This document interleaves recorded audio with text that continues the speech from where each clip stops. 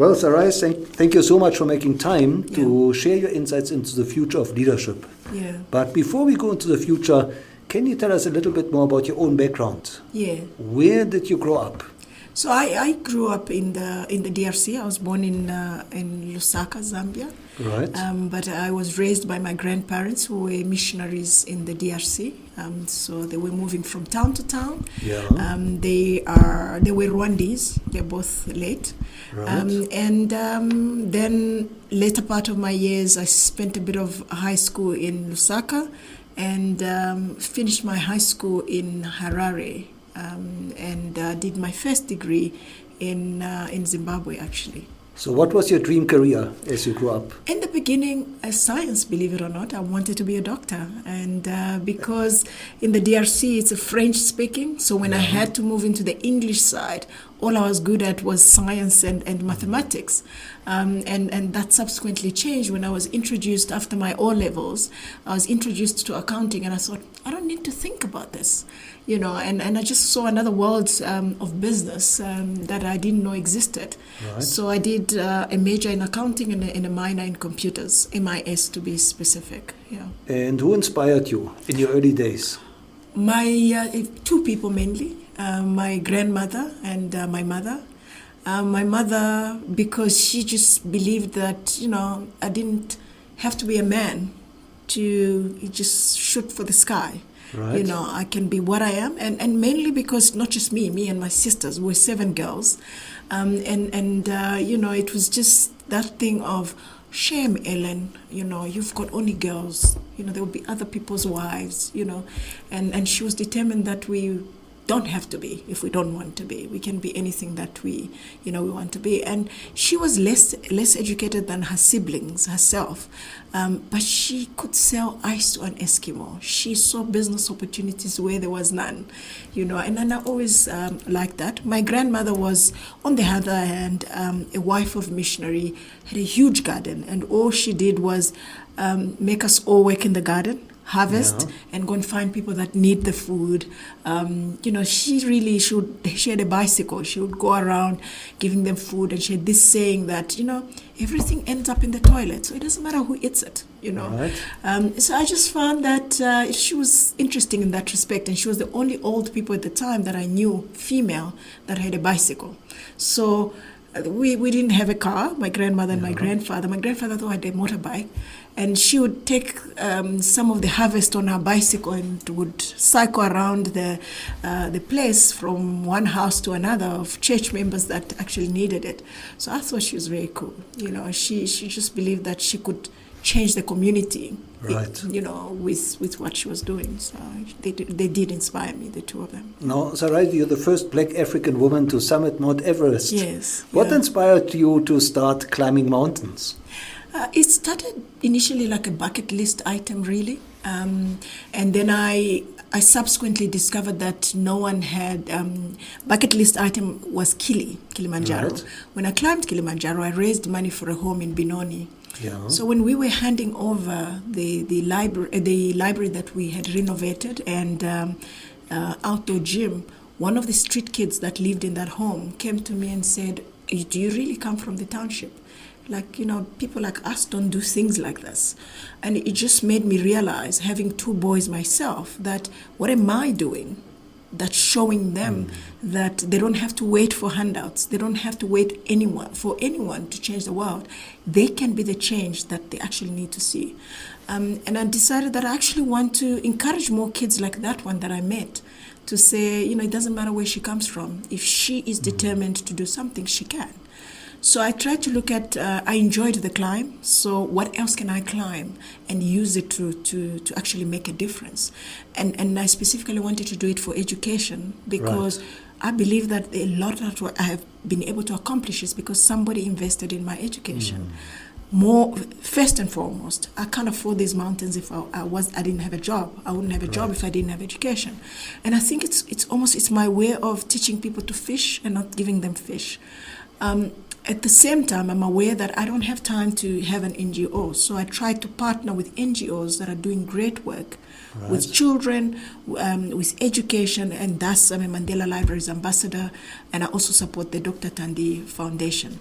Right. Yes. So then I went and I looked at what mountains are out there that I can climb. I came across the 7 summits. I came across the Grand Slam, and I started working on that. And Everest is one of the 7 highest peaks on the 7 continents in the world. Why I was able to go back and back, since it was I summited on the 4th attempt, I think it's at some point it became personal. You know, it became almost like unfinished business. Almost like I can still climb, I can still do it.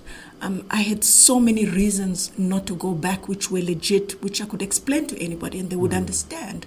But it's the idea of, if it's a failure, it's when I accept that I can't learn from anything. Right. But as long as I could learn from the experience, from the expedition that didn't go through, I could still go back and use those learnings and go back. And I mean, there's mountains that I went back. Labouche East, as an example, is one mountain that I climbed. From the highest camp to the top, I took over 10 hours the first time. I went back, I trained differently.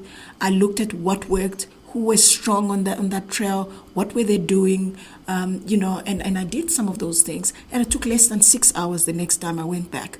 So for me, I was going back because I knew that I could do it.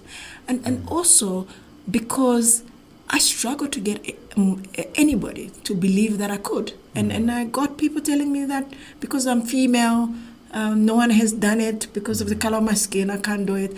And I just felt the need to show them that it can be done, and they mustn't judge me because of the way I look, but because of the ability that I have. I think we talk about colonialism is gone, racism is gone, and whatever, but there is certain places that certain people don't have a seat at the table, and we need to change that narrative. So it's a niche thing. It's I get a lot of black people can't swim, black people can't climb, or don't climb rather. But my thing is, no, why? They should be able to do anything that they want. And we keep saying the world is a global village. How is it going to be if our kids don't know whether they can or they cannot?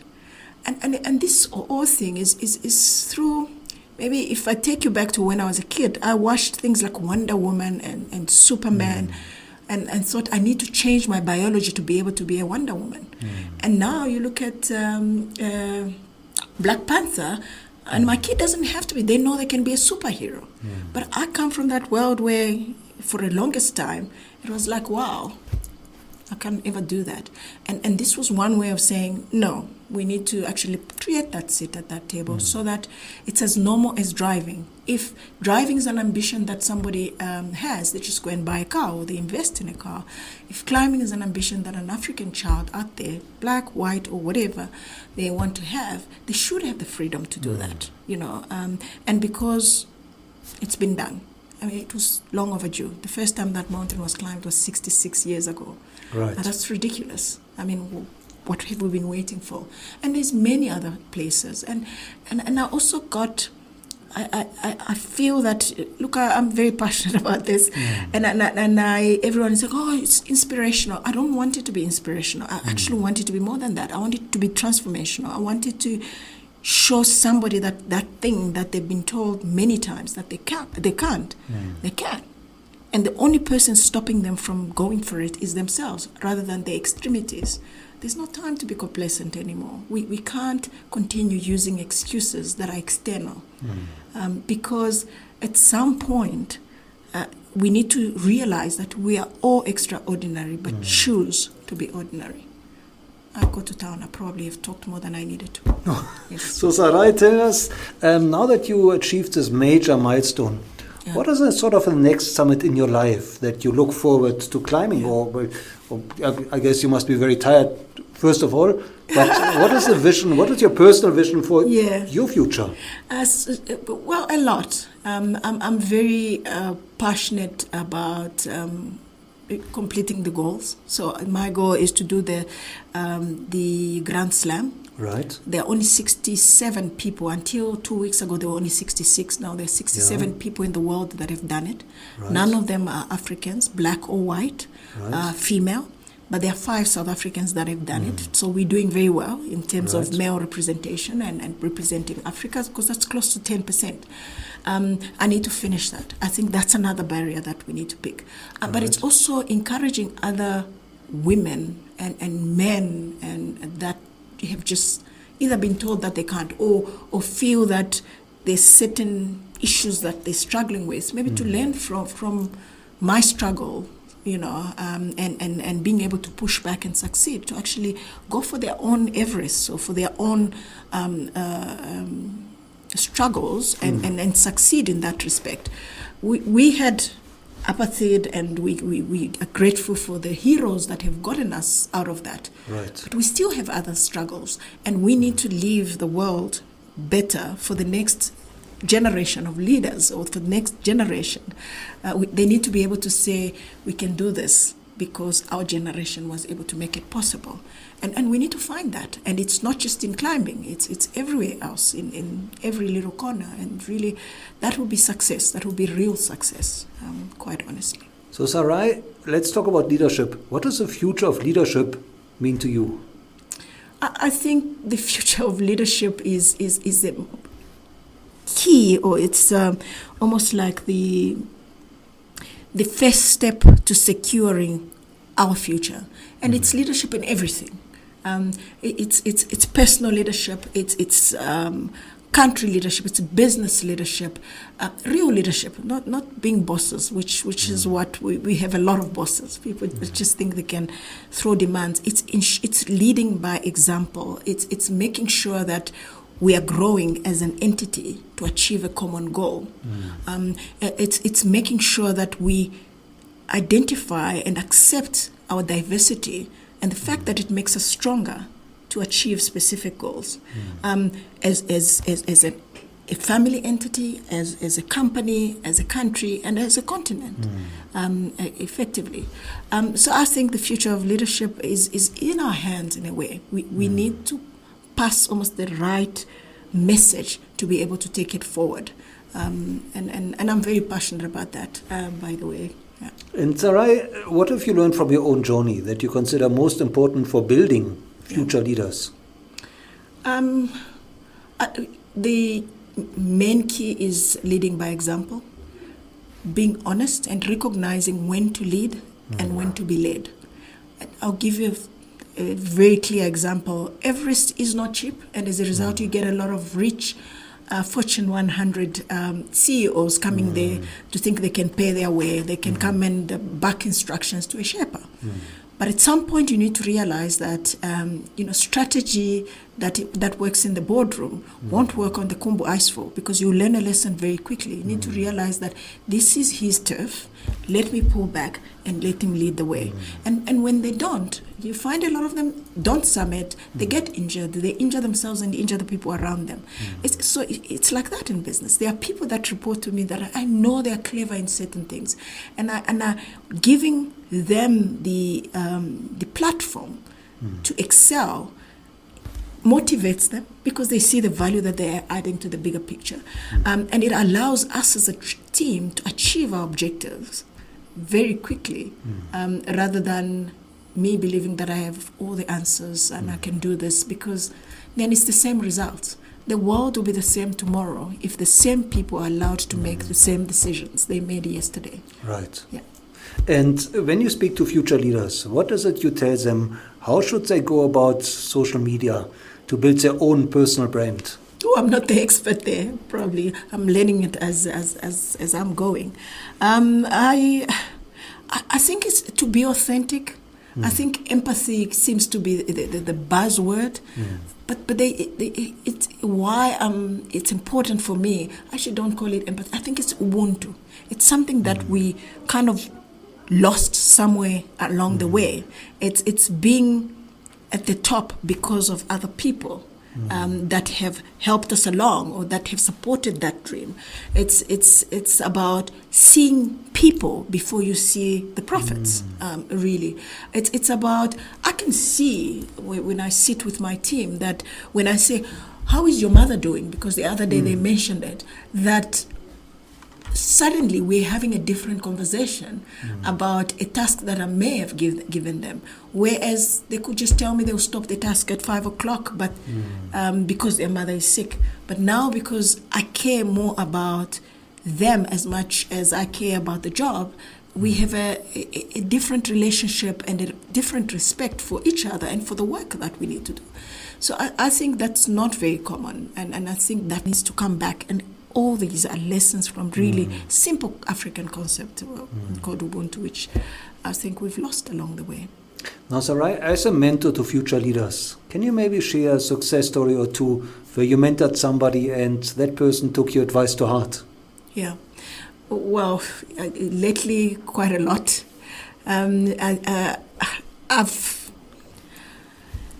I have one person in my team that I've always thought they are brilliant, but all they had at the time was, I think, matric and some, well, I don't want to say mediocre, some diploma of sort. Right. But I could see they had potential to do more. And for 4 years, I heckled them. Like, you know what, why don't you maybe study this? You can do this. And they recently, so they don't report to me anymore. They report to somebody that reports to me. They took on a course, a tertiary education course, and they got distinctions. I was on the mountain and I got the message, "Congratulations. By the way, I got distinctions." So I said, "Thanks for the congratulations." I kind of ignored the distinctions and I got a second message. "What are you going to say about the distinctions?" So I've seen that almost the idea that she can, because initially she just didn't believe. She said, "Tertiary is not for me." Now she's embracing it. She's showing off. She has a joke where she now tells everybody, says, "Some of us are educated." Mind you, she's done one term. But for me, that is like, wow, you know, and she's bought into the dream. And I can assure you that she won't allow her kids to only do matric and leave it at that. And that's not just her, it's the next generation. And I'm hoping the next. So, you know, the other thing is, I've had, during my Everest journey, I've come back with more reasons not to go back. I've had an accident. I was in a very fatal accident that, you know, I was in a coma for 3 weeks.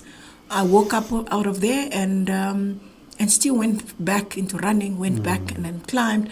And people question. So I'm doing it for me. But I realize that people question not because probably they think I'm crazy, but they also think I have so many reasons which are legit, which are understandable not to continue. But I still go on.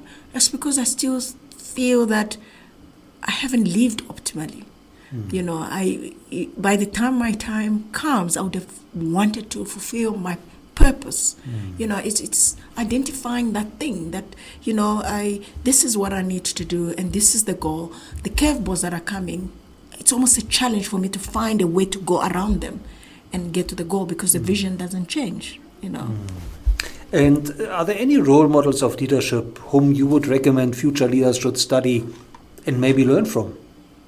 A lot. I think the most humbling and person that I love reading the quotes for is Mandela himself. You know, it's about how to do what is not expected of you.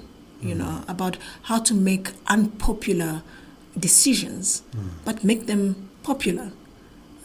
It's like a whole that I won't even go into. Quarter of people didn't believe that I could summit Everest, and I thought, you know, I cheered myself until I summited. The whole world is cheering. You know, I think that's Mandela. I think I really look up to him in that respect.